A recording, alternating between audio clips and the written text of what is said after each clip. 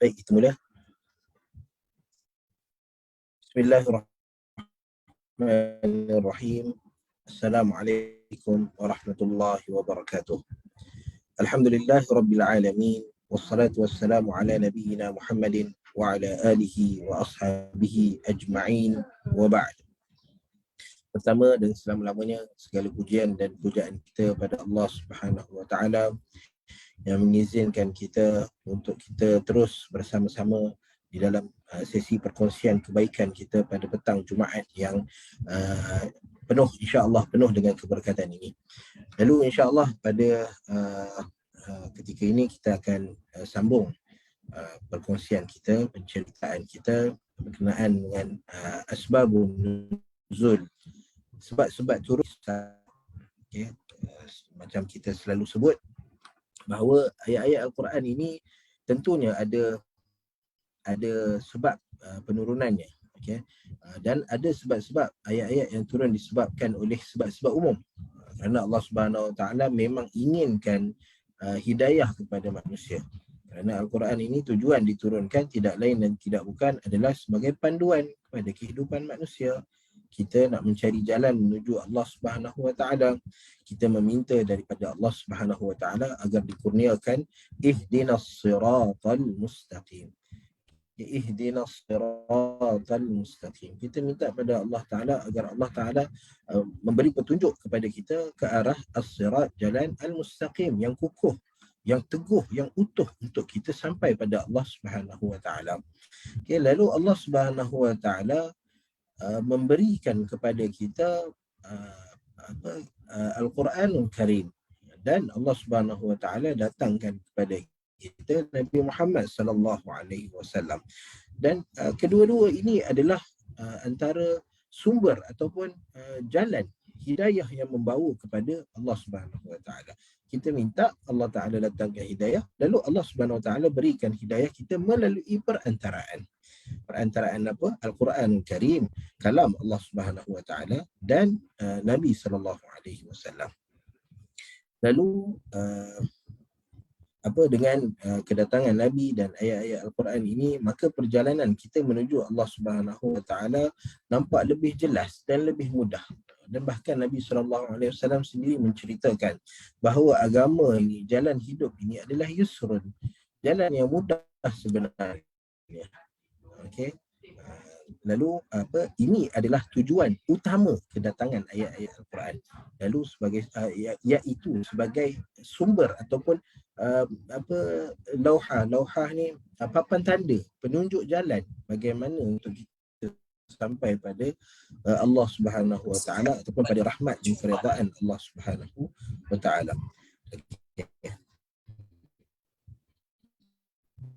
Baik. Tamatkan ceritanya adalah ayat yang ke-24 daripada surah An-Nisa. Ta'ala menceritakan tentang wal muhsanatu minan nisa. Okey, dan perempuan-perempuan yang al-ihsan, seperti mana yang kita sebutkan pada sesi yang lepas, bahawa al-ihsan bahawa al-ihsan boleh datang dengan dua makna. Okey, al-ihsan ini datang dengan dua makna. Makna yang pertama bagi ihsan adalah orang yang ihsan daripada perkataan hisnun. Okey, hisnun maksudnya adalah kubu pertahanan, maka itu dinamakan hisnun. Dan siapa yang katalah kita takut daripada gangguan syaitan, takut daripada gangguan makhluk-makhluk Allah Subhanahu Wa Taala yang mendatangkan keburukan pada kita, lalu kita nak ada perlindungan pada diri kita, pada keluarga kita, kediaman kita. Lalu antaranya ada satu kitab, Kutaib, satu buku yang kecil ditulis untuk bacaan-bacaan, doa-doa, zikir-zikir, ayat-ayat Al-Quran yang bertujuan untuk menjadi kubu pelindung kepada diri kita. Dinamakan sebagai Hisnul Muslim, ataupun dalam bahasa Melayunya diterjemahkan sebagai perisai bagi seorang Muslim. Maksudnya ada yang dah diterjemahkan oleh Dr. Abdul Basit bin Abdul Rahman yang diterbitkan oleh Telaga Biru. Okay. Jadi itu makna hisn. Asal kepada makna hisn adalah kubu. Kita membina perlindungan, benteng, agar dapat menyelamatkan kita daripada ancaman-ancaman luar. Lalu apabila Allah Subhanahu Wa Taala menggunakannya di dalam Al-Quran Karim, maka ada yang membawa maksud, datang dengan membawa maksud hisn wal muhsanat. Muhsanat adalah nama bagi perempuan-perempuan dan perempuan-perempuan yang ada sifat ihsan. Lalu kita nak faham siapa dia perempuan-perempuan yang ada sifat ihsan. Hisn yang mempertahankan diri. Lalu kita boleh nampak, kita boleh ada gambaran bahawa perempuan-perempuan yang ada pelindung dirinya adalah orang yang memelihara maruah dirinya. Orang yang memelihara kehebatan diri dia. Perempuan-perempuan yang tidak mencemarkan nama dia, tidak mencemarkan nama baiknya. So ini adalah hisn. Itu adalah perlindungan. Dia menutup aurat dia, dia tidak bergaul dengan lelaki dan perempuan, antara lelaki dengan para lelaki dengan sewenang-wenangnya. So ini adalah antara sifat ihsan. Dan satu lagi makna ihsan yang sering digunakan di dalam Al-Quran adalah perkahwinan. Bila mana Allah Subhanahu Wa Taala sebut uhsin fa idza uhsinna fa in ataina bi fahisha, dan begitu juga macam wal muhsanat. Dan kat belakang ni ayat illa latahu bi amwalikum muhsinin. Muhsinin. Muhsinin dalam ayat ini kedua-dua perkataan ihsan membawa maksud nikah ataupun perkahwinan. Lalu Allah Subhanahu Wa Taala mulakan ayat ini dengan wal muhsanatu minan nisa, dan perempuan-perempuan yang membina perlindungan diri dia dengan perkahwinan. Lalu kita tahu Allah Subhanahu Wa Taala menganjurkan kepada para wanita, wahai kaum wanita, kalau kamu nak memelihara diri kamu, nak menjaga maruah kamu, nak menjaga nama baik kamu, maka antara caranya adalah dengan berkahwin. Dengan berkahwin maka kita selamat daripada fitnah-fitnah, kita selamat daripada ancaman-ancaman luar. Walaupun ancaman tu kita tak boleh nak agak, malang ni, benda-benda mudarat ni kita tak boleh nak agak bila dia berlaku. Tetapi dengan perkahwinan maka ia adalah antara sebab yang boleh mengurangkan fitnah-fitnah yang datang kepada kaum wanita. Lalu kerana itu Allah Subhanahu Wa Taala namakan perempuan yang dah berkahwin sebagai al-muhsanat, mereka yang telah diberikan perlindungan oleh Allah Subhanahu Wa Taala. Mereka yang telah memilih untuk membina pelindung pada diri mereka. Lalu bila start dengan wal muhsanatu minan nisa, kita pun jadi pelik, dan perempuan-perempuan yang sudah berkahwin. So ayat ni berkaitan dengan apa? Lalu kita ceritakan pada sesi yang lepas bahawa ayat ini adalah sambungan daripada ayat ke-23. Di mana ayat ke-23 Allah Subhanahu Wa Taala menceritakan tentang perempuan-perempuan yang haram dikahwini oleh seorang lelaki. Seorang lelaki ni dia boleh kahwin dengan mana-mana perempuan yang dia nak, melainkan 14 orang. 14 kumpulan manusia, 14 kumpulan perempuan yang tidak boleh dikahwini oleh seorang lelaki. Antaranya adalah wal muhsanatu minan nisa. Antaranya adalah perempuan-perempuan yang telah berkahwin. Maka perempuan yang telah berkahwin maka haram untuk dikahwini oleh seorang lelaki. Yang tu kita tak ada masalah. Hatta dalam fitrah manusia pun, dalam kehidupan harian kita tak boleh nak terima seorang yang telah ada engagement dengan orang, walaupun dia tak berkahwin lagi, dia bertunang contohnya. Tetap kita tak boleh nak terima. Macam mana kamu boleh ganggu ataupun kamu boleh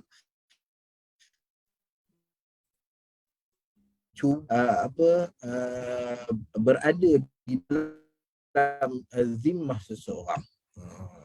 So itu kita pun tak boleh nak terima dengan akal kita tak boleh nak terima. Maka syariat lagi menetapkan kamu tak boleh nak kacau perempuan-perempuan yang sudah dimiliki. Bahkan seperti mana bertunang pun, Nabi SAW sebut, la yabta'a ar-rajulu 'ala bai'i akhihi wa la yakhtubu 'ala khitbati akhihi. Tidak ada seorang lelaki terutama yang beriman pada Allah Subhanahu Wa Taala, dia membeli barang yang telah dibeli oleh saudara dia. Dia tahu saudara dia nak beli sebuah kereta. Lalu saudara dia tak bayar lagi, orang kawan dia tu dia tak bayar lagi duit. Sekali dia pergi tanya, yang dia ni pula bila dia tahu ada kawan dia nak beli dan dia pula minat kereta yang sama, lalu bila kawan dia nak beli tak bayar duit lagi, dia pun pergi. Lepas tu dia kata pada tuan punya kereta, orang yang jual kereta tu, okey, berapa kawan saya beli kereta ni? Jadi tuan punya kereta tu menjawab, dia beli dengan 12,000. Okey, saya bagi awak 15,000 jual kat saya. Okey, sedangkan tuan jual kereta tu dia dah ada prior engagement, dia dah ada dia telah membina satu akad yang walaupun tak selesai lagi akad tersebut, tapi dia telah bina akad tersebut dengan seorang lelaki lain. Tiba-tiba datang orang lain untuk potong. Maka Nabi SAW kata ini adalah antara perbuatan yang dilarang. Okay, begitu juga apabila dua lelaki contohnya berminat pada seorang perempuan. Okay, lalu lelaki pertama dah masuk bertunang dah. Okay, lalu lelaki kadang-kadang yang kawan lagi satu ni dia tak puas hati dengan cemburunya, dengan apa.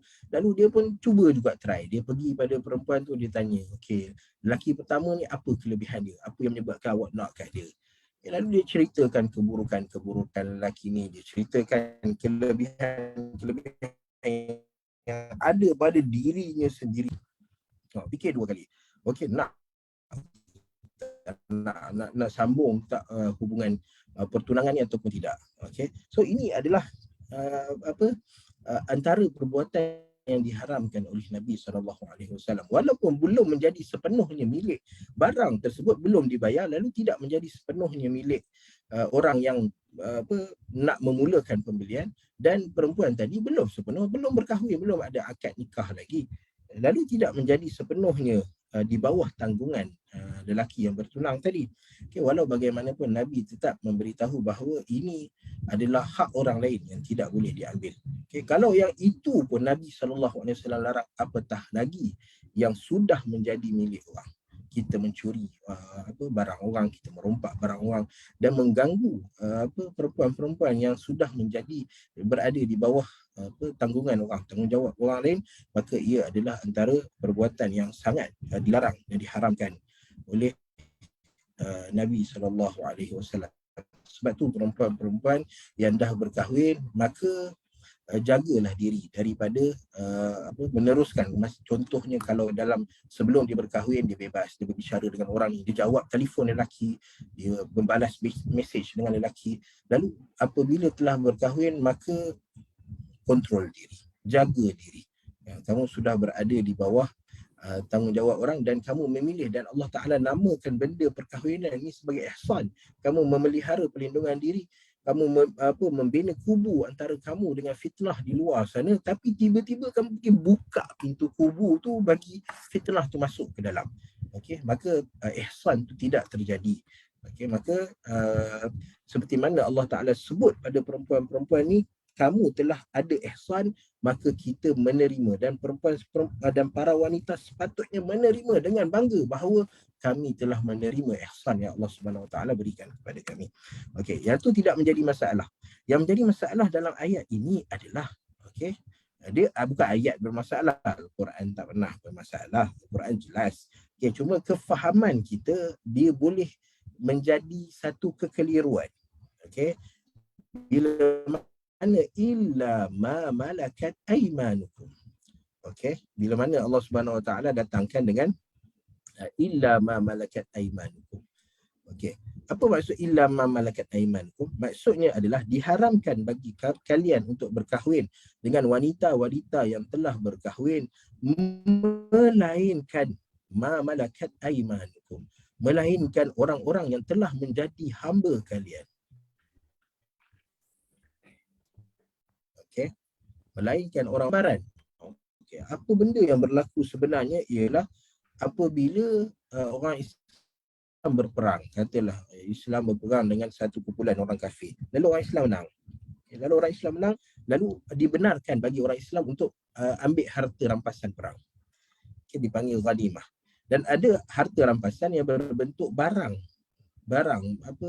kenderaan haiwan ke, pinggan, mangkuk ke, emas, barang perhiasan ke, dan ada barang rampasan perang yang berbentuk manusia. manusia kanak-kanak yang kecil, kaum lelaki, tawanan perang dan kaum wanita. Okay. So mereka ini dijadikan hamba, mereka dijadikan hamba.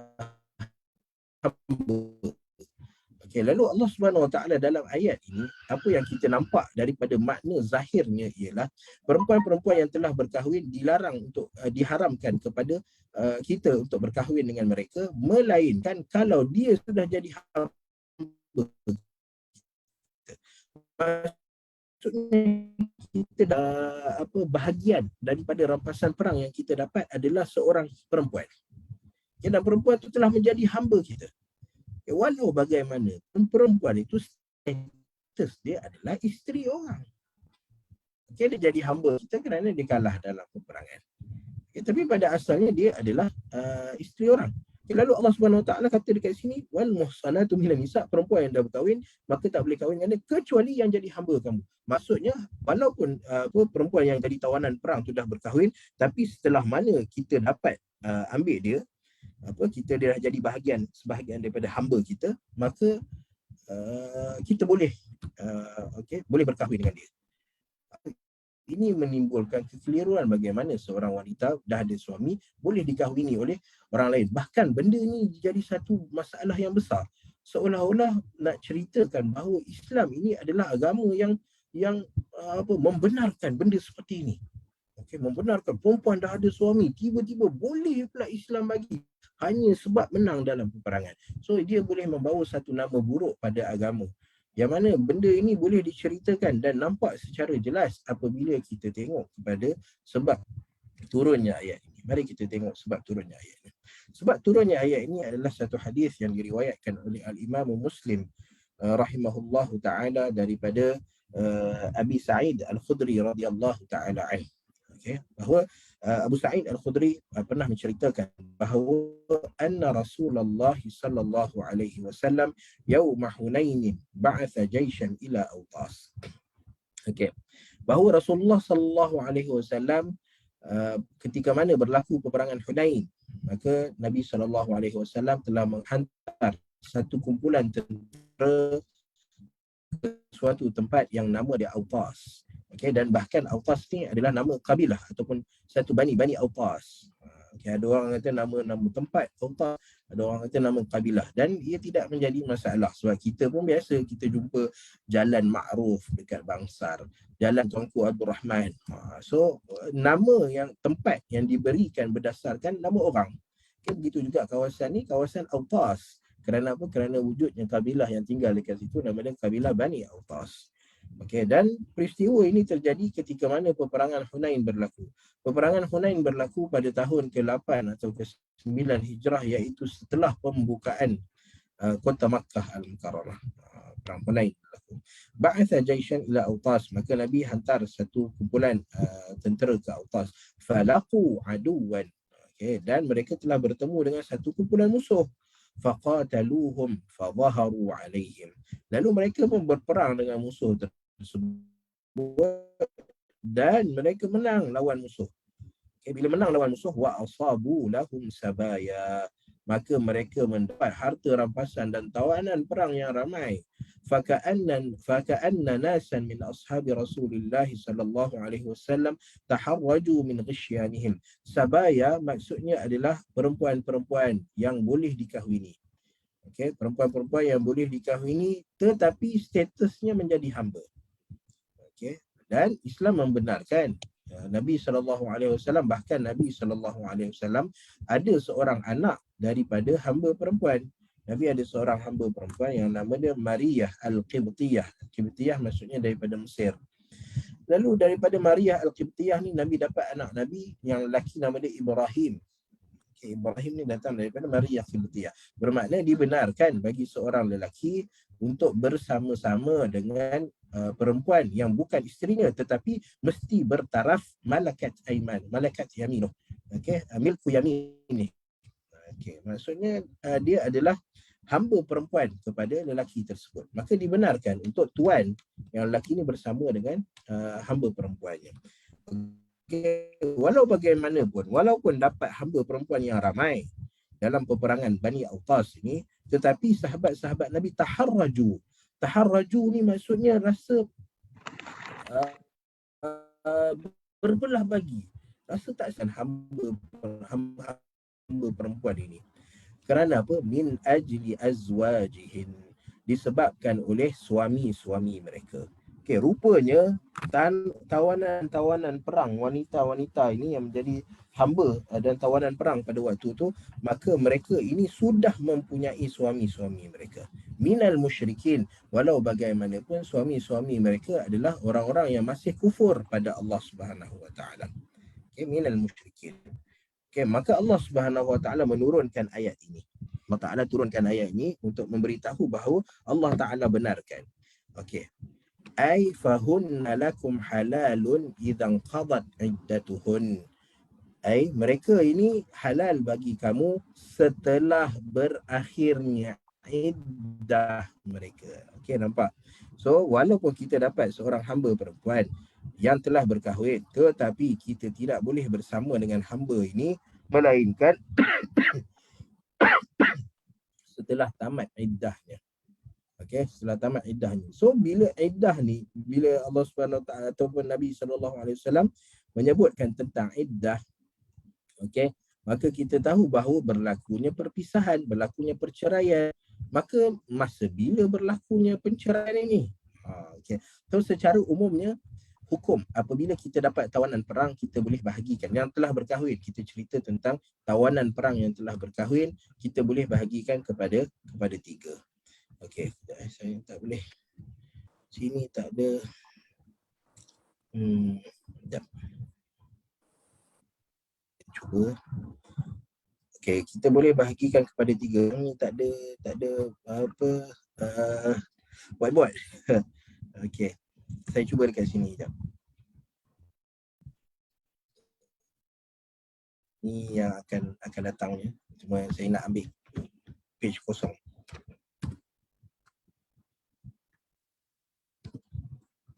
Baik. Tawanan perang yang sudah berkahwin, maka ada tiga keadaan. Apabila suami sahaja ditahan. Okey, isteri tak ada, isteri masih ada dekat, sebab peperangan ni kadang-kadang berlaku dekat kawasan mungkin kat negara Islam, mungkin berlaku dekat negara kafir, dan mungkin juga berlaku di tengah-tengah. Okey, jadi suami sahaja ditahan. Suami jadi ditahan maksudnya jadi tawanan perang. Suami jadi tawanan perang. Yang kedua adalah suami dan isteri ditahan sekali. Ini tiga keadaan. Suami, isteri, dua-dua jadi tawanan perang. Ditawan. Yang ketiga adalah isteri sahaja. Jadi tawanan, isteri ditawan. Suami dia bebas. So macam mana situasinya?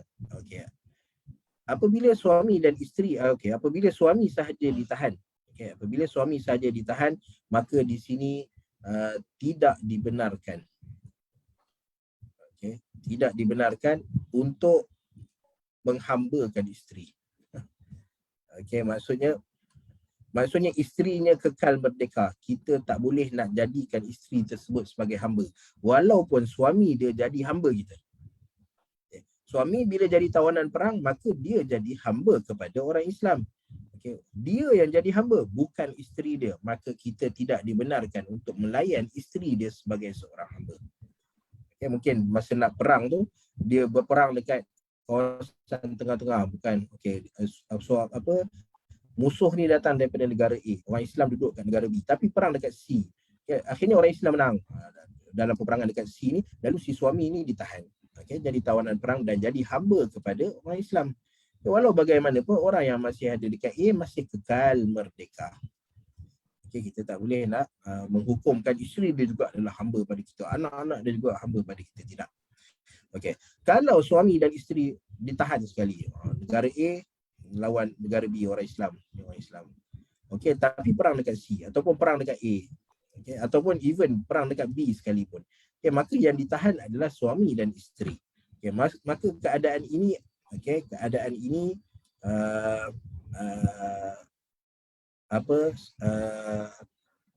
para ulama berbeza pandangan pada situasi ini. Pada situasi ini para ulama berbeza antara fasahnya nikah. Fasah maksudnya terbatal, fasahnya nikah, dan ada yang kata nikah masih sah. Nikah masih sah. Sebab apa? Bila suami dan isteri ditahan. Bila suami dan isteri ditahan.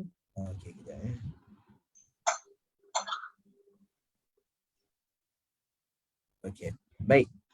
Bila suami dan isteri ditahan, maka kedua-duanya menjadi hamba. Kedua-duanya menjadi hamba kita. Walau bagaimanapun kita tak boleh nak tahu status dia. Status orang ni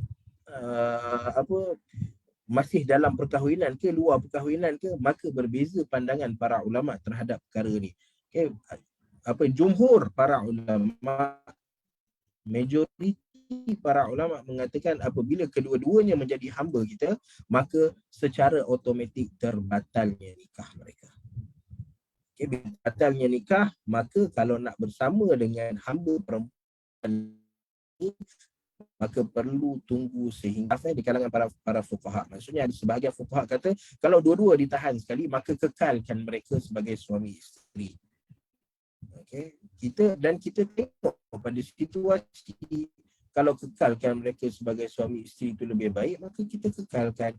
Tapi kalau pisahkan mereka, macam contoh isteri dia ada kecenderungan ke arah Islam, tapi suami dia masih kekal lagi dalam keadaan kekufuran, maka di sini kita pisahkan antara mereka.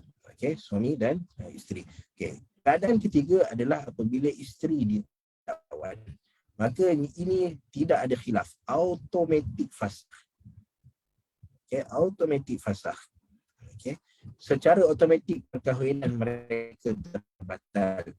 Dan kerana itulah kita tengok kenapa Nabi SAW menyebutkan di dalam hadis baginda, fahunna lakum halalun idza qadat.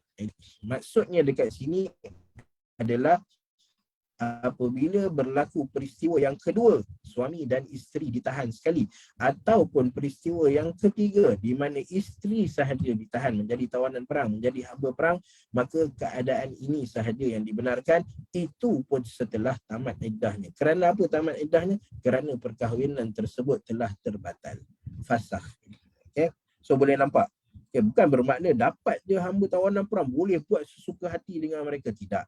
Tetapi maksudnya adalah apabila kamu dapat hamba tawanan perang, maka tengok status dia dulu. Tengok status dia, suami dia masih isteri orang ke tak. Kalau suami dia ada ditahan sekali, maka cuba berbuat ihsan kepada mereka. Kalau suami isteri ni ada kecenderungan pada Islam, kekalkan mereka sebagai suami dan isteri. Isteri ada kecenderungan pada Islam, suami tak ada, pisahkan mereka. Suami ada kecenderungan pada Islam, isteri tak ada kecenderungan pada Islam, maka kalau boleh kekalkan, kerana suami ni dia ada power lebih sikit berbanding dengan isteri. Dan kita kena tahu juga bahawa Islam bila suruh ambil hamba tawanan perang ni, bukannya sebab Islam nak memperhatikan orang. Kerana ada antara tuduhan yang diberikan kepada agama Islam ni adalah Islam menyuruh kita untuk berperang. Sebab apa? Sebab Islam nak semua orang lain yang tak nak masuk Islam dia jadi hamba kepada orang Islam. Kenapa Islam menganjurkan ataupun membenarkan pengambilan hamba ini? Yang pertama, untuk menunjukkan bahawa Islam ya'lu, Islam ni di atas. Kalau kamu tak nak terima Islam, maka kamu duduklah dekat bawah. Dan walau bagaimana kita kena tahu juga bahawa mana-mana orang yang dijadikan hamba, maka step pertama yang kita kena buat adalah mukatabah. Maksudnya kita tanya pada dia, kamu nak bebas tak? Kalau nak bebas, apa yang kamu boleh sumbangkan kepada Islam, kepada orang Islam yang membolehkan kamu bebas? Kamu nak bayar duit ke? Kamu nak buat apa? Kamu nak melahirkan anak ke? Kerana hamba yang melahirkan anak, maka dia akan jadi bebas, dipanggil ummul walad. Dia akan bebas secara automatik apabila tuannya meninggal dunia. Tapi syarat lahir anak, dan anak tu akan ada sebagai orang Islam. Nampak? mesti ada sumbangan tertentu. Itu benda pertama. Pengambilan hamba adalah untuk menggalakkan orang membebaskan hamba. Antara benda paling besar, antara infak yang paling besar, membelanjakan harta yang paling besar, apa sumbangan yang paling besar kita buat pada masyarakat adalah membebaskan hamba. Okay, maka kerana itu Islam membenarkan pengambilan hamba, bukan kerana seronok-seronok, suka-suka untuk menghambakan orang, untuk perintah orang sana sini, tetapi kerana ada di sebaliknya hikmah-hikmah tertentu yang mungkin kita nampak, yang mungkin kita tak nampak. Okay. So ayat ini, ayat yang pada asalnya kita mungkin nampak ada kekeliruan pada ayat ke-24 surah An-Nisa, tapi rupa-rupanya Allah Ta'ala menceritakan apabila perempuan dah jadi hamba pada seseorang, maka terfasahlah akad nikahnya. Maka kalau seseorang tu nak bersama dengan hamba perempuannya, kena tunggu sehingga tamat nikahnya. Wallahu a'lam. Okey, itu ayat yang ke-24. Okay, jadi itu sambungan daripada sesi lepas. Minggu ini insya-Allah kita akan ambil ayat yang ke-25. Okay, bukan ayat ke-25, ayat yang seterusnya. Dia bukan tafsir Quran, tapi dia adalah ayat ke-32. Mana ayat 32 ni? Baik. Ayat ke-32 kita nak baca sama-sama insya-Allah. A'udzu billahi minasy syaithanir rajim. Bismillahirrahmanirrahim. ولا تتمنوا ما فضل الله به بعضكم على بعض للرجال نصيب مما اكتسبوا وللنساء نصيب مما اكتسبن واسألوا الله من فضله إن الله كان بكل شيء عليما. Baik. Dalam ayat ini Allah Subhanahu Wa Taala menceritakan wala tatamannau. Okey, wala tatamannau. Wala tatamannau datang daripada perkataan umniyah. Okey. Apa maksud umniyah? Umniyah maksudnya angan-angan, cita-cita. Lalu Allah Ta'ala mulakan ayat ini dengan wala, dan jangan kamu berangan-angan dan bercita-cita ma faddala. Faddala lebihkan. Okay. Ma faddala Allahu bihi ba'dakum ala ba'd. Jangan kamu berangan dan bercita-cita bahagian daripada kamu di atas bahagian yang lain. Okay. Kalau kita tengok dalam keadaan masyarakat, di segi hierarki masyarakat adalah harta. Yang membezakan mereka adalah kuasa. Yang membezakan mereka adalah ilmu. Yang membezakan mereka adalah kekuatan. Okay. Apa lagi yang membezakan manusia dengan antara satu sama lain?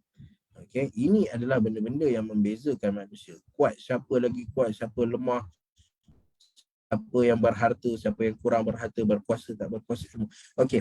Kisahnya ialah kita semua tak sama. Ada orang yang kuat, ada orang yang lemah.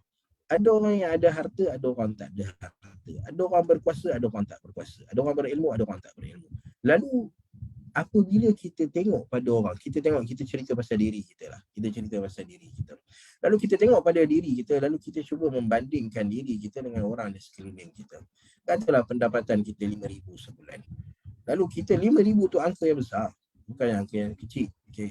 Kalau kita tengok pada orang yang nak dapatkan 1,000 sehari ataupun 1,000 sebulan pun susah, kita akan rasa bersyukur dengan 5,000. Tetapi fitrah manusia, dia tak suka pandang pada orang yang dapat kurang daripada dia.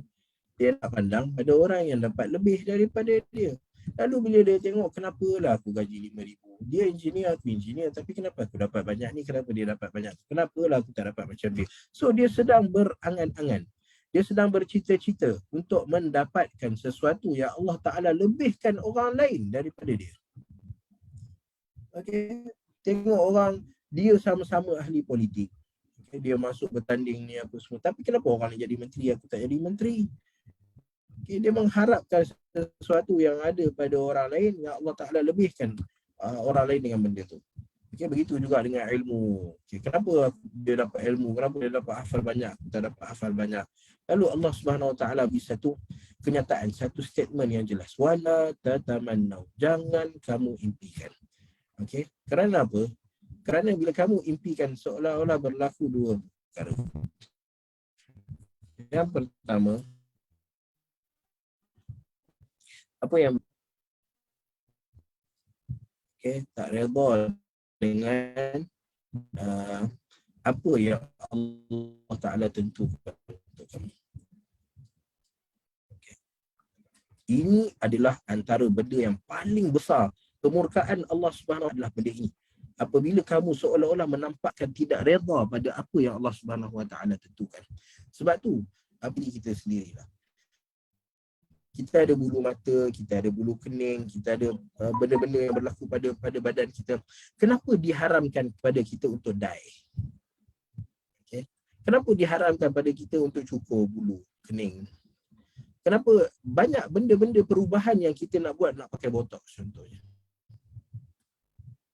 Kenapa diharamkan kepada kita benda-benda seperti ini? Bukankah dia untuk kecantikan? Okay, kita nampak rambut dah berubahan. Lalu kita pun dye dia dengan color hitam. Sebab asal rambut memang color hitam. So kita pun dye. Kita nampak bulu lebatnya. Tambah lagi kalau ada bulu yang bercantum kat sini, kita rasa tak selesa. Lalu kita pun cukur. Kita cukur. Kita nampak, alah, kenapa orang lain semua tebal-tebal kat sini, comel-comel kat sini. Kita punya kurus, cungkung je. Lalu kita pun cucuk sekali. Pendahan plastik apa semua. So, benda ini semua dilarang dalam agama. Kenapa dilarang dalam agama? Apa masalah dia dalam benda-benda ni? Kerana benda-benda ini semua menunjukkan bahawa kita tidak redha pada Allah Subhanahu Wa Taala. Okey, orang yang berusaha untuk jadi putih, berusaha, Allah Taala lahirkan dia, jadikan dia dalam keadaan kulit dia gelap. Okay, dan dia tak tahu orang yang kulit gelap ni, dia punya pigment melanin dia lagi bagus daripada orang yang kulit cerah. Okay, tapi dia mengharapkan agar dia dapat kulit yang color putih. Okay, lalu dia berusaha, dan dia melakukan perbuatan-perbuatan yang macam ni lah, dye, botox, masukkan color contohnya, kalau boleh masukkan color dalam badan. Okay, so benda-benda ini semua dilarang oleh Allah Subhanahu Wa Taala. Kerana apa? Kerana dia seolah-olah menunjukkan, seolah-olah kita berkata pada Allah Taala, ya Allah, aku tak suka kau bagi aku benda ni. Aku nak tukar benda ni. So, sebab tu Allah Ta'ala kata, jangan kamu impikan benda yang Allah Ta'ala bagi pada orang lain, kerana dia boleh mendatangkan rasa tidak redha pada apa yang Allah Ta'ala berikan pada orang lain. Dan yang keduanya, sesama manusia dia akan menimbulkan rasa cemburu. Cemburu ni biasa. Ada lagi rasa dengki, iri hati. Okay? Dan dengki dan iri hati ni adalah jalan masuk syaitan pada manusia. Dengki dan iri hati, cemburu, ini adalah jalan masuk syaitan pada manusia, di mana dengki dan iri hati ni benda biasa, benda yang datang dalam hati kita. Kita kadang-kadang kita tak boleh nak kontrol. Kita jealous dengan orang tu, kita dengki dengan orang ni, kita iri hati. Tetapi yang menjadi masalahnya ialah apabila ia membawa kita untuk melakukan perbuatan yang dilarang. Marah sangat pada orang ni, kita jumpa dia je, kita tubuh dia.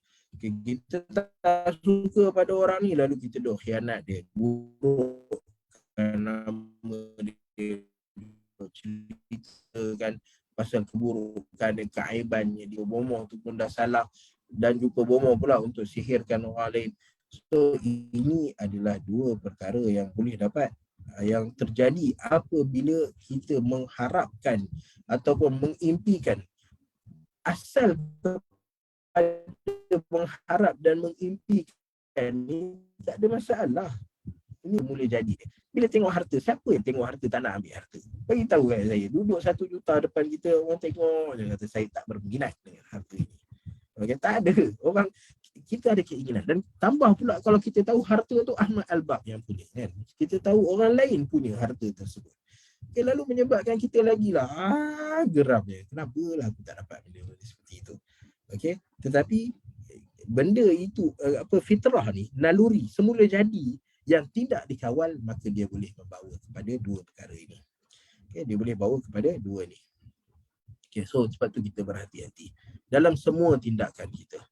Okay, dalam semua tindakan kita. Dia bukan hanya fizikal saja. Kadang-kadang kita punya perbuatan.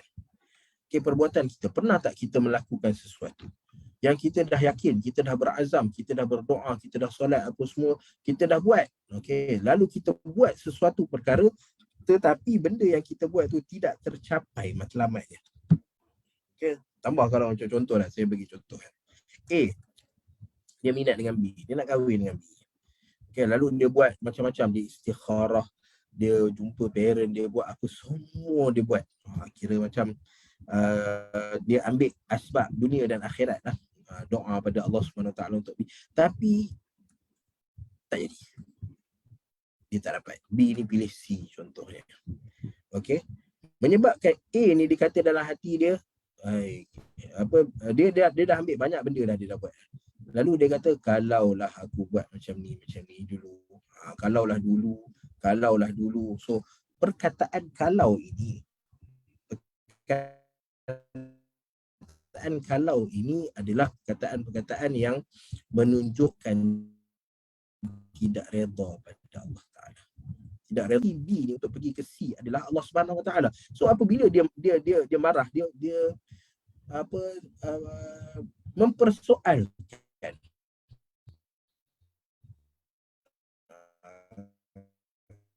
Okay, kalau mana dia tahu hati B ni Allah yang kontrol, dia yang kontrol. So apabila dia menunjukkan walaupun perkataan kalau, okay, tetapi itu menunjukkan dia tidak redha pada apa yang Allah Subhanahu Wa Ta'ala tentukan pada dia. Okay, macam tu juga kita dengan benda di sekeliling kita. Contohnya hari kan. Hari disebut ad-dahr dalam bahasa Arab. Berapa ramai yang kutuk hari? Hari panas pun kena kutuk, hari sejuk pun kena kutuk, hujan pun kena kutuk. Apa hari yang tak kena kutuk? Apalah hari ni hujan, apa hari panas semua lah hari. Dia benda asal kepada benda ni biasa. Kita kena panas. Siapa yang kena panas dia kata okey sejuk? Tak ada. Kita kena panas, kita kata panas. Okey, kita kena hujan, kita kata hujan. Okey, tapi tak sampai ke tahap kita untuk kutuk hari tersebut. Panas hari ni, apa benda lah hari ni. Kan itu apalah hari-hari hujan. So itu kutuk pada hari. Nabi SAW kata la tasubbud dahr. Jangan kamu hina mana-mana hari, panas ke sejuk pun jangan kamu hina. Sebab apa? Kamu sedang menghina Allah Ta'ala. Kamu hina hari itu seolah-olah kamu tak redha dengan apa yang Allah Ta'ala telah tentukan pada kamu. Macam tu juga la tasubbur rih. Nabi kata jangan kamu hina angin. Okay, sebab ada angin-angin yang kadang-kadang kita tak suka. Angin-angin yang peniaga-peniaga yang duk pasang kemah-kemah dia, bila kena angin yang kuat terbang, lalu berkutuk angin ni, angin tu. Lalu tanpa dia memikirkan bahawa angin ini dia datang dengan perintah Allah Ta'ala. Angin dia tak datang ikut suka dia. Allah Ta'ala suruh kuat-kuat lah dia. Allah Ta'ala suruh sepoi-sepoi bahasa lah dia. Okay, tetapi kita yang dapat benda tu, lalu bila kena kita biasalah macam kita sebut. Kalau kena fitrah, angin yang kuat kita marah, kita rasa tak selesa. Tetapi jangan sampai ada keluar daripada kita perkataan-perkataan, perbuatan-perbuatan yang menunjukkan kita tak redha kepada apa yang Allah Ta'ala dah tentukan pada kita. Suami dan isteri berkahwin, duduk 5 tahun, 10 tahun, menyesal lah aku kahwin dengan hang ni. Okay, patutnya aku tak kahwin dulu. Kalau macam ni aku tak kahwin lah. Kalau aku tahu macam inna lillahi wa inna ilaihi raji'un. Kamu sedang kutuk siapa? Kamu sedang menunjukkan rasa tidak redha kamu pada Allah Subhanahu Wa Ta'ala. So, sebab tu kita berhati-hati dalam ungkapan kita. Ada sebab Nabi SAW pernah menyebutkan bahawa ada seseorang yang berkata-kata dan kata-kata dia lam yulqi lahu bala. Dia tidak memberi perhatian pada kata-kata dia yang akhirnya kerana pertuturan dia tu menyebabkan dia dicampakkan ke dalam neraka sab'una kharifa. Jarak perjalanan dia kena campak tu 70 tahun. Kenapa dia kena campak seperti itu? Dia pun kadang terkejut. Kenapa masuk neraka? Rupa-rupanya kerana dia mengungkapkan perkataan-perkataan yang tidak wajar, yang menunjukkan dia tidak dan tidak suka campakkan ke dalam api neraka Allah Subhanahu wa taala. Wal iyaz billah. Lalu berhati-hati kita. Okey. Wala tatamannu ma faddala Allah bihi ba'dakum 'ala ba'd. Lirrijali nasibun mimma iktasabu. Bagi orang lelaki ada benda-benda, kita tengok fizikalnya pun berbeza dengan wanita. Lelaki diciptakan, dan apabila lelaki berkumpul sesama lelaki, apa yang mereka bandingkan? Tak ada lelaki jumpa lelaki dia kata aku lagi handsome daripada saya lagi handsome daripada awak. Tak ada. Jumpalah mana-mana lelaki pun. Kalau semua yang handsome kumpul pun tak ada perbandingan tentang handsome tak handsome. Tetapi lelaki bila duduk sakit tak kuat. Berapa banyak kilo boleh angkat ni? 5 kilo. 5 kilo boleh angkat 10. So itu yang mereka bincangkan. Okey. So kamu bagi berapa banyak nafkah pada isteri kamu? 100, 200, 300. Okay, keluarga macam mana? Kerja macam mana? So itu perbicaraan orang lelaki. Sebab apa? Sesuai dengan fitrah dan kejadian dia. Okey, dia tak ada orang lelaki jumpa orang lelaki. Awak cantik lah hari ni. Itu kalau ada lelaki macam tu, benda seperti ini pada diri dia, pada nature dia adalah perempuan. Perempuan jumpa perempuan, tak ada yang kata kuat berapa, tak ada. Berat berapa. Laki jumpa laki badan besar ke badan kecil ke, tak ada perbicaraan tentang benda tu. Sebab itu bukan nature dalam lelaki. Nak jaga penampilan diri, nak jaga ni, tak ada. Tapi bagi orang perempuan, Allah Subhanahu Wa Taala sebut sendiri dalam Al-Quran, bila mana Allah Subhanahu Wa Taala kata wa idza busyira ahaduhum bima daraba lirrahmani mathalan dhalla wajhuhu muswaddan wa huwa kadhib aw man yunashsha'u fil hilyati wa huwa fil khisami ghairu mubin. Allah kata sifat nakkan kecantikan penampilan diri, barang kemas apa semua, ini semua perempuan. Memang fitrah dia macam tu. So orang lelaki bila perempuan minta duit, bila orang perempuan minta barang kemas, bila nak hias rumah apa semua, janganlah persoal kat dia pula. Tanya, apa benda duk buang duit dengan benda-benda ni semua. Bukan buang duit, dia memang fitrah dia macam tu. Fitrah dia nak cantik. Fitrah dia nak benda yang indah, tersusun, itu ciri dia. Okay, kita punya fitrah pula bukan. Kita tak nak tengok benda.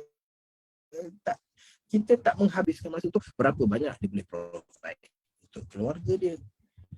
Okay, dia berapa orang anak-anak dia dapat pendidikan yang sesempurna mana pendidikan anak-anak dia. So itu yang ada dalam kepala lelaki. Ini rijali nasibun mimma iktasabu, daripada apa yang lelaki buat. Maka kerana corak dia yang berbeza, fizikalnya yang berbeza, perbuatannya yang berbeza, fokus yang berbeza, menyebabkan hasil yang datang pada lelaki berbeza. Okey, walin nisa'i nasibun mimma iktasab, dan bagi perempuan pula ada benda yang dapat pada dia. Okey, kenapa orang lelaki dibenarkan ataupun kata lelaki keluar? Okey, dan isteri-isteri ni pun kata apa? Asal orang lelaki je boleh keluar, aku pun nak keluar juga. Sedangkan perempuan-perempuan Nabi SAW kata duduk kat rumah. Okay, perempuan-perempuan lebih terpelihara, lebih selamat daripada fitnah-fitnah bila duduk kat rumah. Lalu dia pun kata, tak boleh jadi. Zaman sekarang ni perempuan kena keluar sama macam lelaki kena keluar juga. Okay, sekali kena kacau dengan orang, kata, macam ni semua. Okay, sedangkan lelaki memang disuruh keluar kerana apa? Orang kacau, dia akan lawan. Sifat dia, fitrah dia memang boleh. Bukan kita kata perempuan tak boleh melawan. Tetapi kalau lelaki jalan seorang-seorang, agak-agak siapa nak kacau dia? Ada tak orang piwik kat lelaki? Tak ada. Okay, tapi perempuan bila jalan seorang-seorang, maka orang piwik. Orang dah tak tengok dah lawa ke tak lawa ke, ada harta ke tak ada harta. Orang datang kacau. Okay, kalah di atas muka bumi ni. Okay. So Allah Subhanahu Wa Taala menyebutkan dekat sini, lelaki ada lihat satu sama lain. yang lelaki jangan duk tengok perempuan kata jealous berlaku. Dia duduk rumah dapat relax tenang kan. Sedangkan isteri tu kat rumah berpenat lelah jaga anak, nak siap masak, nak bersihkan itu dan ini, dia tak fikir. Okay, yang perempuan pula kata suami aku relax je, pergi keluar makan kat luar sedap-sedap, aku kena makan kat. Dia tak fikir suami dia pula kena penat bekerja, kena marah dengan bos. Okay, ada kerja yang tak siap kerja, buat kerja salah. So macam-macam tekanan yang ada. Kalau setiap orang memahami lelaki ni ada dia punya tanggungjawab dia. Ada hak dan tanggungjawab. Perempuan ni ada hak dan tanggungjawab. Kita boleh memahami antara satu sama lain. Tetapi kalau setiap orang duk mengimpikan apa yang ada pada orang lain, maka akan ada rasa tidak redha pada diri dia terhadap apa yang Allah Ta'ala tentukan. Dan kesan dia ialah orang mula mempersoalkan. Okay, orang mula mempersoalkan kenapa perempuan tak dapat layanan seperti mana lelaki. Okay, kenapa lelaki dizalimi dan kenapa golongan LGBT dia anak tiri kan. Dia punya benda-benda tu dia saling berkait antara satu sama lain. Hanya kerana apa? Kerana tidak memahami tanggungjawab masing-masing. Tidak memahami hak dan melihat pada diri dia sendiri untuk melihat apa benda yang patut dia buat, apa tanggungjawab dia, kenapa dia diadakan pada posisi dia pada waktu tu. Okay, maka Allah Subhanahu Wa Taala kata, kalau kamu nak lebih Allah Subhanahu Wa Taala, agar Allah Taala beri kelebihannya. Okay, kalau kamu rasa jangan duk tengok pada orang. Tapi kalau kamu rasa, kalau katalah macam saya contohnya, apa yang saya perlukan? Saya perlukan kekuatan hafalan. Okay, saya tak tengok kat orang, tak payah dengki dengan orang ni hafal 1,000 hadis ke 10,000 hadis. Tapi minta pada Allah Subhanahu Wa Taala, ya Allah, aku nak mengajar orang ni tapi susah nak dapat bawa datang hadis, susah nak ingat ayat Al-Quran, ya Allah, bagi aku mudah untuk menghafal. Fikir pasal diri kita sendiri, apa kelebihan kan supaya kita dapat berfungsi. Okay, kita dapat gunakan diri kita, memberikan wajah contoh kita perlu kewangan yang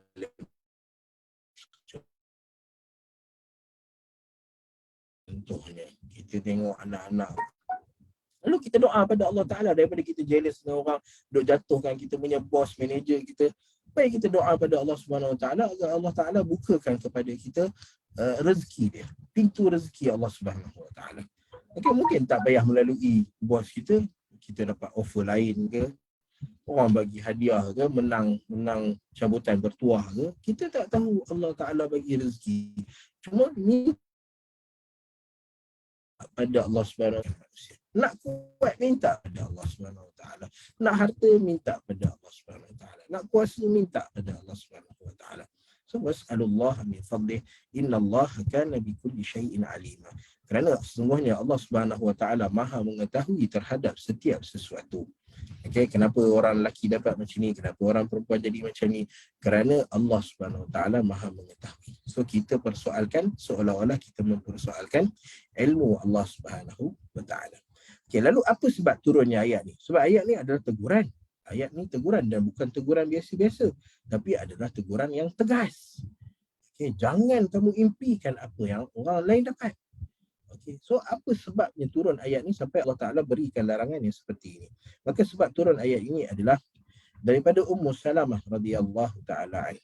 Okay, Ummu Salamah isteri Nabi SAW, yang mana isteri yang Nabi SAW berkahwin dengan Ummu Salamah ni mungkin selepas peperangan Khandaq pada tahun ke-5 atau tahun ke-6 Hijrah. Nabi berkahwin dengan Ummu Salamah, yang mana Ummu Salamah ni pada asalnya Nabi SAW bertemu dengan dia kerana untuk na'i, okay, kerana untuk takziah kematian Abu Salamah. Abu Salamah antara lelaki yang baik. Abu Salamah dan Ummu Salamah ni lelaki yang baik. Mereka berhijrah 2 kali. Okay, hijrah 2 kali, iaitu hijrah saya tak ingat hijrah yang pertama sama ada ke Habasyah ataupun ke Taif. Okay, mereka berhijrah 2 kali, hijrah pertama dan kemudian hijrah kedua ke Al-Madinah Al-Munawwarah. Okay, maksudnya suami isteri ni memang suami isteri yang sehati dan sejiwa. Okay, Ummu Salamah dan Abu Salamah. Lalu ditakdirkan Allah Subhanahu Wa Taala Abu Salamah meninggal dunia dulu.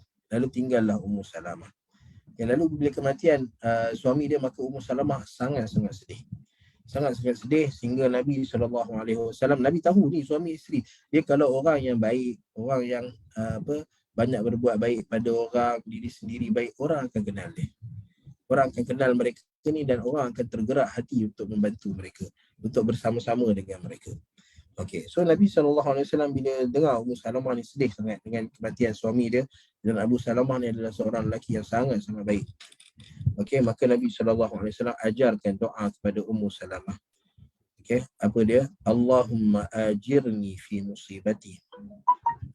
Okey, doa Allahumma ajirni fi musibati. Musibati. Wakhluf li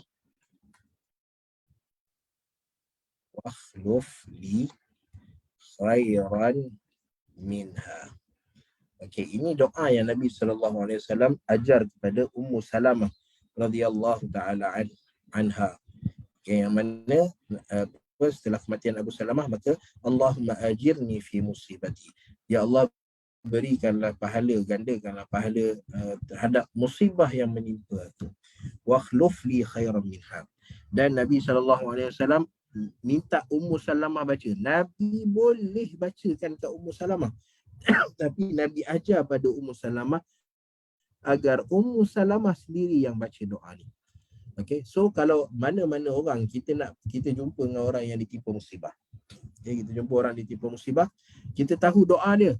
Lalu bukan kita yang bacakan untuk dia, kita nak bacakan untuk dia pun tak ada masalah. Dia tak ada halangan. Okay, tetapi buat seperti mana Nabi ajar. Kita ajarkan kepada dia doa ni.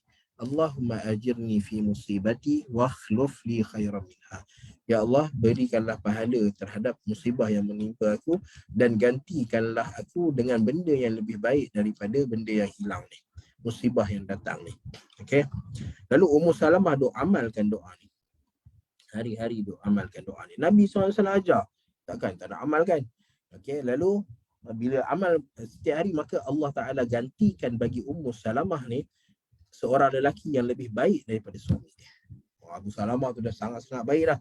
Tapi kemudiannya Allah Ta'ala gantikan dengan seorang lelaki yang lebih baik daripada Ummu Salamah. Siapa dia? Nabi SAW. Okay, Ummu Salamah berkahwin dengan Nabi SAW setelah setelah kematian Abu Salamah. Okay, radhiyallahu ta'ala anhum. Annaha qalat, bahawa Ummu Salamah pernah berkata, yaghzur rijalu wa la taghzun nisa wa innama lana nisful mirath. Okey. Yaghzur rijal, Ummu Salamah kata orang lelaki pergi berperang, orang perempuan tak boleh pergi berperang.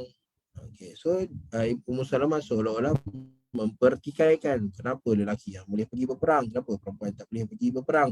Dengan kata lain, kalau dalam zaman moden ni, kenapa lelaki je boleh bekerja, perempuan tak boleh bekerja. Okay, kenapa lelaki je boleh jadi adun, kenapa perempuan tak boleh jadi adun? Contoh.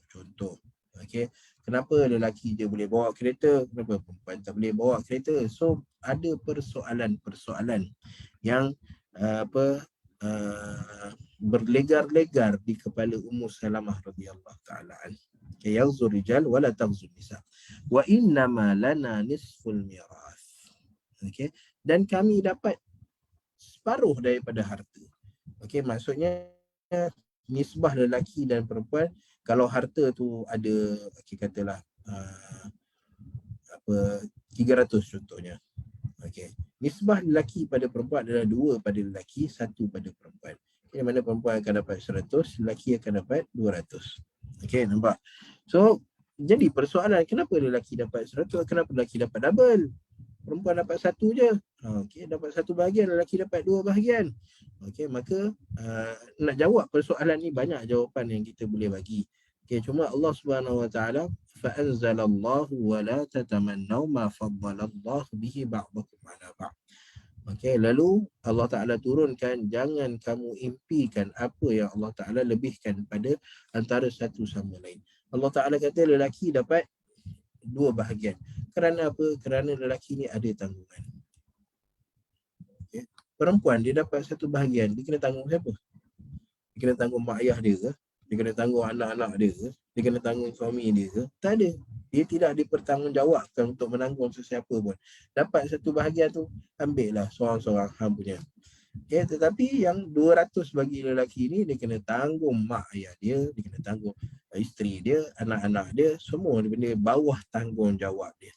Okay, so jangan persoalkan. Bila nak persoalkan, kalau nak sama taraf, maka samakanlah tanggungjawab.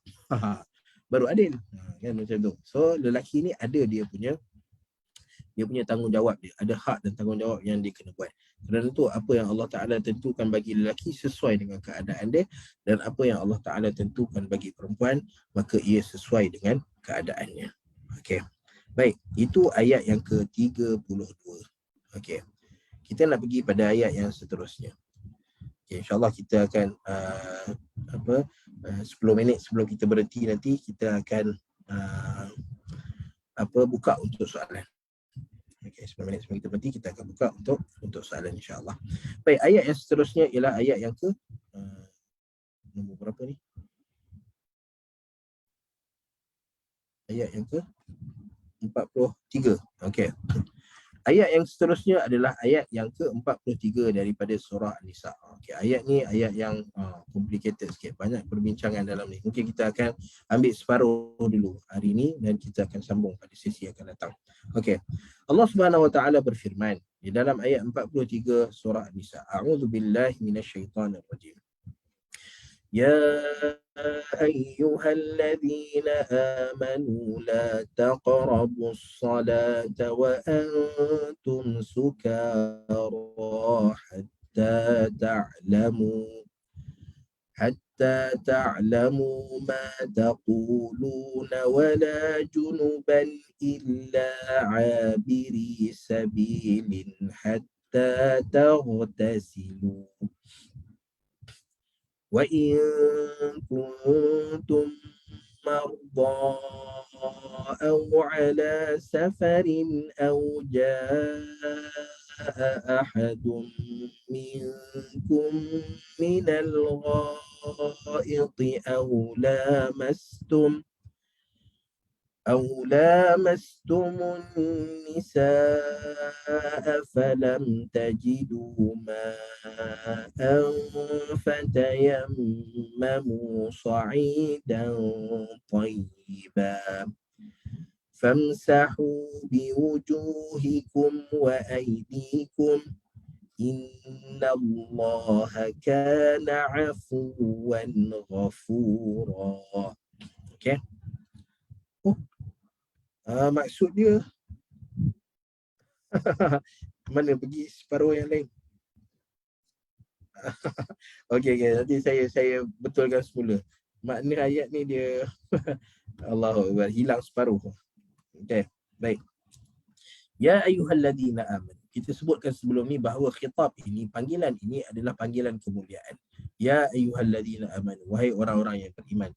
Di mana siapa yang melaksanakan apa yang Allah Subhanahu Wa Taala ceritakan selepas ya ayyuhalladzina amanu, maka itu adalah tanda dia beriman kepada Allah Subhanahu Wa Taala. Okey. La taqrabus salata wa antum sukara hatta ta'lamu ma taqulun. Baik, ini potongan yang pertama. La taqrabus salah. Jangan kamu menghampiri salah wa antum sukara. Ini keadaan pertama. Jangan kamu menghampiri solat. Okey, bukan hanya solat je. Jangan kamu menghampiri solat. Jangan pergi ke arah solat dalam keadaan wa antum sukara. Apa maksud sukara? Sukara ni maksudnya mabuk. Okey. Sukara maksudnya mabuk. Okey. Tetapi sukara ni, kenapa mabuk ni dinamakan sukara? Kerana sukara daripada sakran. Sakran ni maksudnya apa? Sakran ni maksudnya tertutup. Okey, tertutup. Okey, di mana ada situasi dan keadaan-keadaan yang berlaku pada kita di mana akal kita ni tertutup. Okey, blank. Okey, yang pertama adalah apabila mabuk. Yang ni jelaslah. Okey, apabila minum arak. Okey, kita tak pernah kita orang Islam ni tak pernah lah rasa mabuk kan. Kita tak pernah mabuk. Okey. Tetapi ada keadaan-keadaan tertentu yang menyebabkan kita sakran. Kita dalam keadaan tertutup akal kita. Walaupun kita sedar, sebab orang mabuk ni dia sedar. Dia bukan sedar bermakna dia sedar apa yang berlaku di sekeliling ni, tapi dia berjaga, dia jaga. Okey, cuma akal dia tertutup, dia tak tahu apa dia buat, dia tak ingat apa dia buat. Kadang-kadang mungkin dia ingat sikit-sikit. Okey. Dan ada keadaan-keadaan kita tak mabuk, tapi akal kita tertutup. Kita tak boleh nak berfikir. Okey, apa keadaan-keadaan dia? Contohnya macam orang yang terlalu penat. Okey, orang yang terlalu penat. Pernah tengok orang yang penat sangat sampai ngantuk-ngantuk. Okey, dia ada sleep apa dia panggil? Deprivation. Okey, dia terlalu ngantuk sangat, terlalu penat sangat. Okey, lalu contoh doktor perubatan. Dia rawat orang, dia kan kadang-kadang dia on call kat hospital swasta lain kan. Hospital swasta boleh adjust sikit. Hospital kerajaan. So kadang on call sampai 18 jam, sampai 20 jam kena on call. So bila habis 20 jam dia punya shift dia rasa penat lain macam sikit. Okey, tapi dia kena solat. Waktu tu dia kena solat. Okey. So bila dia nak solat, tapi dalam keadaan dia sangat-sangat mamai. Sangat-sangat mamai. Sangat-sangat penat sampai tak boleh nak berfikir. Okey, tak boleh nak berfikir dah apa yang dia buat. Dia tak, kalau dia solat pun kita kata dah baca Al-Fatihah ke belum? Tak ingat. Dah solat 4 rakaat ke? Tak ingat. So itu keadaan orang yang mabuk. Maka Allah Subhanahu Wa Taala kata la taqrabus salah. Orang-orang seperti ini jangan mendekati solat. Okey, sebab apa dia tak boleh mendekati solat? Sebab keburukan yang dibuat daripada solat itu lebih besar daripada keburukan yang dibuat. Sebab takut apa? Takut berlaku contoh bila dia membaca Al-Quran. Okey, dia baca Al-Quran tiba-tiba salah baca, dan salah baca pula terkeluar ayat-ayat yang memang bila orang dengar kata ini penyelewengan terhadap Al-Quran. So kita tak nak jadi seperti itu. Sebab tu Allah Taala kata sesiapa yang akal dia tertutup, okey, akal dia tertutup, maka jangan dia menghampiri solat. Okey, apa tanda akal dia tertutup? Hatta ta'lamu ma taqulun. Sehinggalah kamu sedar apa yang kamu ungkapkan dalam solat. Okey, kamu baca Al-Fatihah, sedar baca Al-Fatihah. Tahu baca Al-Fatihah, baca Al-Fatihah ya. Masa rukuk baca apa? Subhana rabbiyal azim. Sedar, tahu baca apa Subhana rabbiyal azim. Bukanlah maksudnya tahu makna dia secara total, apa makna Rabbil firli, wajburni, warfa'ni. Bukan nak tahu makna tu semua, makna bacaan tahiyat tak, tapi dia menyedari apa yang dia baca. Okay, bila dia baca qul huwallahu ahad, memang dia baca daripada mula sampai habis memang surah qul huwallahu ahad. Okey, jangan sampai surah-surah yang berlaku susah nak bercampur ayat dia, macam contoh kan. Surah والتين والزيتون وطور سينين وهذا البلد الأمين لقد خلقنا الإنسان في أحسن تقويم ثم رددناه أسفل سافلين إلا الذين آمنوا وعملوا الصالحات فلهم أجر kan. Tapi kalau kita kadang-kadang dia mamai إلا الذين آمنوا وعملوا الصالحات وتواصوا بالحق وتواصوا بالصبر والعياذ بالله, dia bercampur dia punya ayat. Okey, macam contoh la uqsimu bihadzal balad kan, akhir dia apa? ثم كان من الذين آمنوا وتواصوا بالصبر وتواصوا بالمرحمة أولئك أصحاب الميمنة والذين كفروا بآياتنا هم أصحاب المشأمة عليهم نار مؤصدة. Habis itu je kan. Tapi kadang-kadang bila mamai-mamai kita pun tertambah fi amadin mumaddadah, sedangkan ayat itu berada dalam surah Al-Humazah. Okey, so kita jadi tak betul. Okey, kita jadi tak betul. Kerana apa? Kerana akal kita tertutup. Walaupun kita berjaga, mata berjaga, lapar tu masih ada, tapi tak boleh nak fokus. Okey. Kita tak boleh nak fokus pada solat kita. Maka Allah Ta'ala kata, orang yang sukarah, yang tertutup akal dia ni, maka jangan dia menghampiri solat. Kerana takut keburukan yang dia buat lebih besar daripada manfaat, daripada matlamat solat tu. Kerana matlamat solat yang Allah Ta'ala kata apa? Wa aqimis salata li dhikri. Kamu dirikan solat kerana hendak mengingati aku, kata Allah Subhanahu Wa Taala. So kalau mengingati Allah Taala tu tak tercapai, apa fungsi solat? Apa fungsi solat sebenarnya kalau nak mentaati Allah Ta'ala, mengingati Allah Ta'ala tu tak tercapai. Okey, tadi kita sebut tentang orang mabuk. Kemudian kita ada orang yang terlalu penat. Okey, mamai. Okey, yang terlalu penat. Mana ejaan dia tak keluar? Mamai. Okey, penat sangat. Okey. Ada orang yang terlalu sedih. Yang ni pun kita tak terkejut bila jumpa orang yang terlalu sedih. Dia solat dalam keadaan dia sangat sedih. Lalu dia tak boleh fokus apa dia sebut dalam solat dia. Apa yang kamu baca dalam solat kamu tadi? Apa yang kamu buat dalam solat kamu tadi? Tak tahulah, tak ingatlah apa jadi dalam solat. Betul ke dah cukup rukuk dan sujud? Ya, rukuk dan sujud. Betul ke? Sebab kalau tak buat rukuk dan sujud, tak baca Al-Fatihah, rukuk dan sujud tak cukup, tambah rakaat. Rukuk dengan sujud tak cukup, tambah rakaat. Tapi Al-Fatihah kalau tak baca, kena tambah, kena apa, tak boleh tambah rakaat. Dia tak sama macam rukuk dan sujud. Okey, Al-Fatihah kalau kita tak buat, maka kena ulang solat kita. Okey, kerana solat la solat liman lam yaqra bi Fatihatil Kitab. Kerana tidak ada solat bagi orang yang tak baca Al-Fatihah. Okey, so sebab tu bila kita dalam keadaan mamai-mamai, jangan solat sebab takut rakaat tak cukup, Al-Fatihah tak baca, surah bercampur-campur. Okey, orang yang sangat-sangat sedih dengan kematian orang ke, apa-apa yang berlaku pada dia yang menyebabkan dia menjadi sangat-sangat sedih, maka hilangkan kesedihan dulu. Orang yang mamai, pergilah rehat 5 minit, 10 minit dulu, lepas tu bangunlah untuk solat. Okey, jangan solat dalam keadaan kita rasa kita sedang bersungguh-sungguh untuk pergi pada Allah Subhanahu Wa Taala, dalam keadaan penat pun nak solat juga. Tapi sebenarnya kita sedang merasakan bahawa kita buat baik, tapi kita sedang buat benda yang kurang baik. Okay. Orang yang sangat sedih, orang yang sangat-sangat gembira contohnya. Tapi sangat-sangat gembira ni dia tak adalah sampai. Cuma Nabi SAW pernah menceritakan tentang seorang lelaki yang pergi bermusafir. Lalu dia seorang-seorang bermusafir dengan binatang tunggangan dia. Okay. Nak dijadikan cerita, satu ketika dia turun daripada binatang tunggangan dia, tiba-tiba binatang tu lari. Dengan bekalan makanan dia, dengan air dia, semua binatang tu bawa lari. Okay, lalu lelaki ni apa perasaan dia? Sedih lain macam. Sedih punya sedih. Okay. Tapi kemudian dengan takdir Allah Subhanahu Wa Taala, lepas satu tempoh masa, maka binatang tu balik semula pada dia. Binatang tu datang balik pada dia, lalu dia sangat gembira dengan kepulangan binatang tu, sampai dia kata pada Allah Ta'ala, ya Allah, dia punya gembira sangat ni, sampai dia kata, ya Allah, anta abdi wa ana rabbuk. Wahai Allah, engkau hamba-Ku dan aku Tuhanmu. Ini kata-kata kufur pada Allah Subhanahu Wa Taala. Tapi Nabi gelak dan Nabi senyum bila Nabi ceritakan benda ni. Bukankah ini perkataan kufur? Macam mana Nabi boleh senyum? Tapi oleh kerana orang tu terlalu gembira sampai dia tak perasan apa dia sebut. Okey, sebab tu kita dalam keadaan sangat gembira pun kontrol dulu. Okey, kontrol dulu. Jangan terlalu gembira sangat lalu kita solat. Sampai kita tak perasan pun apa bacaan kita, apa kita buat dalam solat, semua kita tak perasan. Okey. So bukan hanya orang mabuk, tetapi yang seangkatan dengan mabuk, di mana menyebabkan akal kita tak boleh nak berfikir dengan waras. Okey.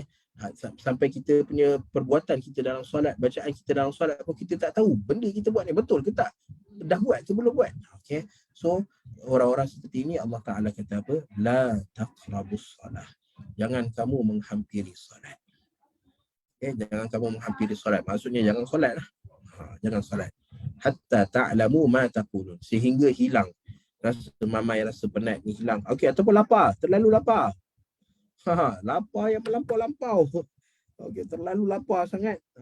Sampai tak tahulah apa benda nak baca Quran pun lapar ya. Okey, sebab tu dalam bab-bab lapar ni, terutama apabila ada makanan dah terhidang. Okey, maka la salata bihadratit ta'am wala wa huwa yudafi'uhu al-akhbathan. Okey, lapar dan ni ada satu lagi dalam hadis Nabi SAW, orang yang sedang tahan buang air. Dia nak buang air, tapi dia duduk tahan sampai bawa dalam solat pun tahan. So yang ni tolonglah, jangan solat dalam keadaan kamu lapar sangat dan makanan dah ada, ataupun tahan buang air. Okay, hadis Aisyah radhiyallahu taala anha di mana Nabi SAW sebutkan la salata bihadratit ta'am wala wa huwa yudafi'uhu al-akhbathan. Tidak ada salat untuk orang yang tahan lapar, untuk orang yang lapar dan makanan telah terhidang. Okay, dan orang yang sedang tahan buang air, sama ada air kecil ataupun air besar. Okay, so hilangkan dulu kelaparan, buang air dulu bagi tenang, baru solat. Kurangkan kegembiraan dulu, solat. Kurangkan kesedihan, solat. Hilangkan penat dulu, kemudian solat. Tak apa, tidur 5 minit, setengah jam, okay, 1 jam tidur, okay, untuk bagi hilang supaya dapat bangun dan segar balik, dapat beribadah pada Allah Subhanahu Wa Taala pada dengan cara yang sepatutnya. Okay, itu yang pertama. Yang kedua, wala junuban illa abiri sabil. Golongan kedua yang Allah Subhanahu Wa Taala kata, jangan kamu menghampiri solat. Okay, jangan kamu menghampiri solat adalah orang-orang junub. Orang-orang junub. Yang ni kita kena tahu. Okay, ada orang, saya berhadapan dengan ada situasi-situasi tertentu di mana orang datang kan saya, dia kata, Ustaz, saya bangun solat subuh. Okay. Dan kadang-kadang air tu sejuk. Okay, air sejuk, rumah tak ada heater. Agaknya sekarang, yelah heater pun, kalau nak kata heater pun paling-paling murah pun berapa? 200 lebih, 300. Boleh tahan juga harga heater. Okay, so nak solat subuh, air sejuk. Okay. Lalu dia terlupa nak mandi, sedangkan pada malam tu dia junub. Okay, dia berjunub, dia berhadas besar. Okay, tapi sebab air sejuk, lalu dia tak mandi, lalu dia terlupa yang dia kena mandi. Okay. Menyebabkan dia solat subuh. Dia pun pergilah solat. Dalam solat tu dia teringat. Okay, dalam solat tu dia teringat bahawa dia tak mandi wajib lagi. Okay, bila dia ingat dia tak mandi wajib lagi, lalu dia kata dia malu nak berhenti. Okay, dia malu nak berhenti. Dia bukan kentut, dia bukan apa, dia malu nak berhenti. Lalu dia pun teruskan solat dia. Maka kita kata berhenti solat. Sebab solat dekat sini adalah solat yang berdosa. Solat yang berdosa. Kerana Allah Ta'ala kata, jangan kamu menghampiri solat dalam keadaan kamu junub. Jangan kamu menghampiri solat dalam keadaan kamu junub. Sehinggalah hatta taghtasilu. Sehinggalah kamu mandi wajib, barulah kamu solat. Okey. Baik, ada soalan juga. Ustaz, saya bangun solat subuh. Okey, tapi bangun tu dah pukul 7. Okey, bangun dah pukul 7 dah. Okey, kalau saya mandi, Ustaz, dia akan extend derajat sampai 7.10 contohnya, ataupun 7.15. Dan nak habis waktu solat. Waktu solat subuh dah habis dah waktu tu. Okay, adakah saya kena mandi juga, berhadas, mandi wajib, ataupun saya boleh solat dulu kemudian baru? So Allah Subhanahu Wa Taala kata orang yang junub dia tidak boleh menghampiri solat sampai dia mandi. Nak tak nak dia kena mandi. Mesti kena mandi wajib. Okay. Okay, walaupun waktu nak terkeluar, hatta dah terkeluar waktu pun dia kena mandi wajib dulu. Okay, baru dia solat. Okay. So itu wala junuban. Okay, junub ni sama ada junub dengan disebabkan oleh keluar air mani, okay, darah haid, nifas, okay, ataupun junub disebabkan oleh bersama lelaki, suami dan isteri. Okay, wala junuban. Okay, illa abiri sabilin. Okay, so junub ni Allah Ta'ala kata la taqrabus salah, jangan menghampiri solat. Okay, solat ni biasanya dilakukan di masjid atau surau. Solat dilakukan di masjid atau surau. Okay. Hatta dekat rumah pun, kalau ada rumah-rumah yang ada surau, maka hukum dia adalah hukum surau. Okay. Illa abiri sabilin. Illa abiri sabil maksudnya orang junub ni dia bukan hanya tidak boleh menghampiri solat, tapi dia tidak boleh menghampiri tempat solat. Okay. Tempat solat. Okay. Tempat solat pun dia tak boleh hampir. Okay. Persoalan dia, okay, memang tak boleh masuk langsung ke ataupun macam mana kat tempat solat ni? Allah Subhanahu Wa Taala benarkan abiri sabil. Abiri sabil, abara ya'buru maksudnya melintas. Okay, maksudnya lalu. Okay, macam jambatan contohnya. Ya'burul jisr, maksudnya dia sedang melintas jambatan. So abiri sabil maksudnya orang yang junub ni dia tak boleh masuk dalam masjid melainkan untuk melintas. Okey, untuk melintas maka tak ada masalah. Lintaslah sebab dia tak duduk dalam masjid. Okey, ataupun bila Allah Subhanahu Wa Taala sebut dekat sini abiri sabil, maksudnya ada dua maksud. Okey. Abiri sabil. Ni saya sebab dua maksud ni datang mengejut ni, tiba kan hilang pula. Okey, abiri sabil. Abir as-sabil. Okey, abir sabil. Okey, yang pertama adalah dia bukan duduk menetap. Okey, dia bukan duduk menetap. Okey, dia hanya lalu. Duduk tetap, maka duduk tetap tak boleh. Dekat tempat solat, maka tidak boleh duduk tetap. Yang kedua, disebutkan abiri sabil kerana ada hajat. Melintas, orang melintas ni sebab ada hajat. Kalau tak ada hajat, tak payahlah dia melintas kat tempat solat tu. Dia boleh lalu tempat lain, dia boleh tunggu. Okay, tapi kerana dia ada hajat yang menyebabkan dia perlu untuk melintas. Okay. Maka ada orang yang pandang abiri sabil ni sebagai duduk tetap. Maka dia kata yang tak boleh, orang junub ni, dia tak boleh buat apa-apa pun dalam masjid, melainkan lalu je. Lalu je boleh. Okay. Yang lain semua tak boleh buat. Tapi ada sebahagian ulama kata dia bukan nampak abiri sabil ni sebagai lalu sahaja, tapi kerana ada hajat. Okay, kerana ada hajat. So apabila ada hajat, maka tidak ada masalah bagi orang-orang yang junub untuk duduk dekat masjid. Okay, bila ada hajat. Okay, contohnya antara benda yang ada hajat, Nabi SAW pernah meminta Aisyah radhiyallahu taala anha untuk ambil barang Nabi SAW dalam masjid. Lepas tu Aisyah Aisyah kata pada Nabi SAW, wahai Rasulullah, aku sedang didatangi haid. Maka Nabi SAW jawab apa? Haidatuki laisat fi yadik. Haid kamu bukan kat tangan kamu, wahai Aisyah. Maksudnya Nabi kata ada hajat, masuklah, ambillah barang dalam masjid, maka tak ada masalah. Okay. Dan orang yang berpegang kepada ada hajat, okay, bagi macam contoh, kalau musafir contohnya, orang yang bermusafir, lalu dia sampai dekat perhentian satu RLR contohnya. Lalu RLR ni tak ada orang, gelap, tak ada orang. Dan semua orang kena masuk solat, melainkan ada seorang anak perempuan dia datang haid. Lalu tak boleh masuk solat. Okay, lalu nak tinggalkan anak perempuan dia seorang-seorang kat dalam kereta ke, kat luar ke, scary kot. Menakutkan. So boleh tak anak perempuan dia masuk dalam? Maka bila ada hajat, bagi orang yang berpegang ada hajat, maka tak ada masalah. Bagi orang yang kata duduk untuk lalu je, tak boleh. Kena duduk luar juga. Okay, so tengok situasi lah kadang-kadang. Sebab tu di sana adanya Jabatan Mufti, okay, yang membolehkan kita untuk bertanya fatwa. Dan setiap fatwa ni dia ada dua jenis. Okay, satu fatwa secara umum, okay, fatwa secara umum, dan ada fatwa secara khusus.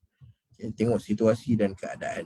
Okay, ada yang situasi yang macam tadi tu, saya walaupun saya tak tahu Jabatan Mufti kata apa, tapi kecenderungan saya mengatakan bahawa orang akan pergi pada yang berhajat. Takkan nak tinggalkan perempuan tu seorang-seorang kat luar, bahaya. Okay, lalu tak ada masalah untuk dia duduk dekat kawasan masjid surau dekat RNR tu, selagi mana dia menjaga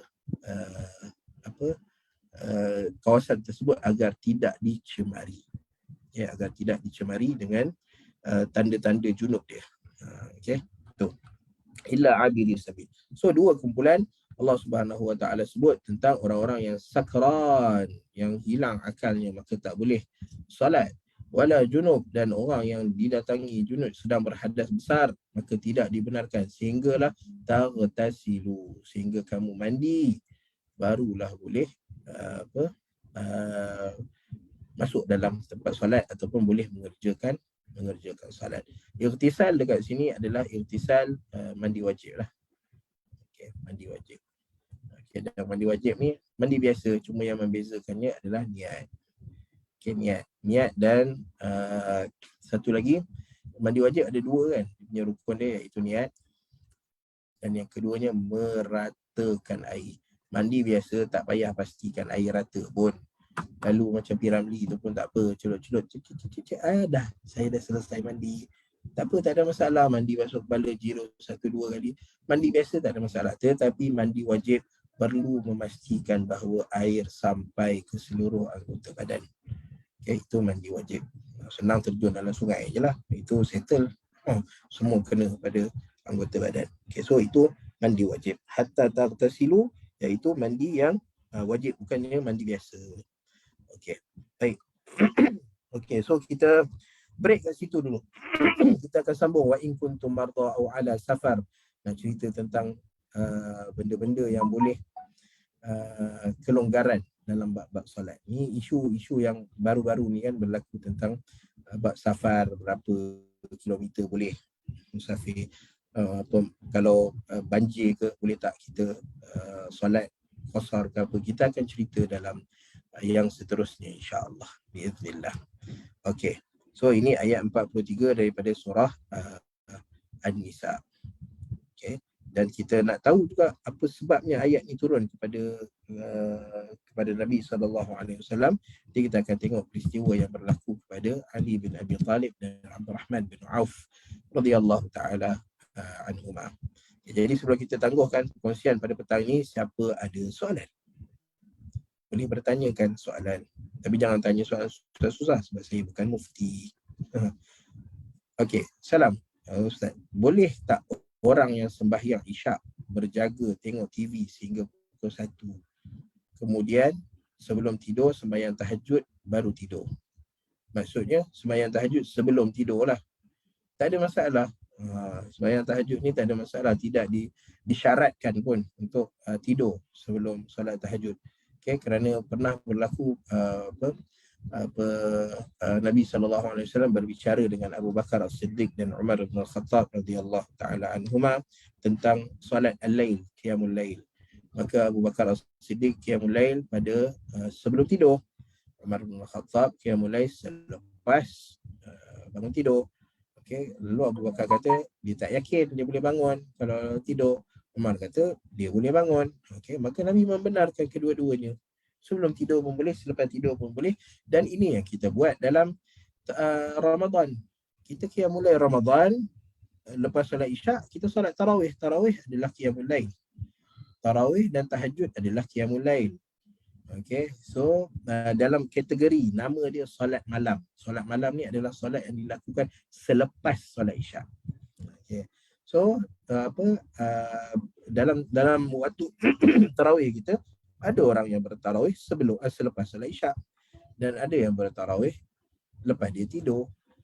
Okay, bertahajud.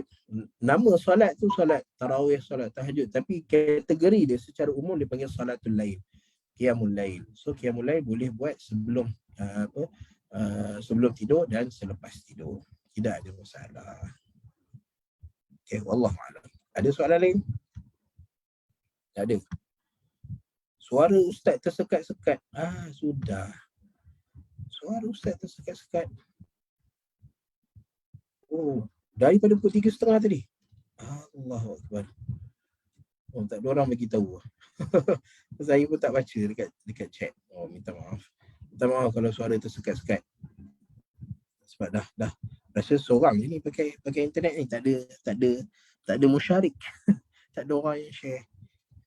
Tapi masih tersekat-sekat kita tengok ni kadang-kadang Unify ni pun dia bermasalah sikit.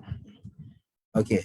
So hari ni alhamdulillah kita dah sentuh 3 ayat, 2.5 ayat. Okey. Ataupun 2 ayat lah, sebab ayat-ayat yang ayat 24 tu kita dah ambil pada minggu lepas, kita cuma habiskan. Dan kemudian kita pergi pada ayat ke-32 tadi, dan kita habiskan pada ayat ke-43, yang mana ayat 43 ni adalah antara ayat-ayat yang complicated. Okay, banyak perbezaan khilaf di kalangan para fuqaha, para ulama. Okay, dalam ayat ni berkenaan dengan hukum-hukum. Okay, dan mana macam contoh kita akan tengok aula mastumun nisa, antara benda yang membatalkan wuduk, menyentuh perempuan. Adakah menyentuh perempuan membatalkan wuduk atau tidak? So ini perbezaan yang ni, dan hukum bertayamum contohnya dalam ni. So kita akan berbincang dalam sesi akan datang insya-Allah. Ya, ada satu dalam chat. Sekali-sekali je, tak mengganggu. Okey, baik, alhamdulillah. Okey, so tak ada soalan lah.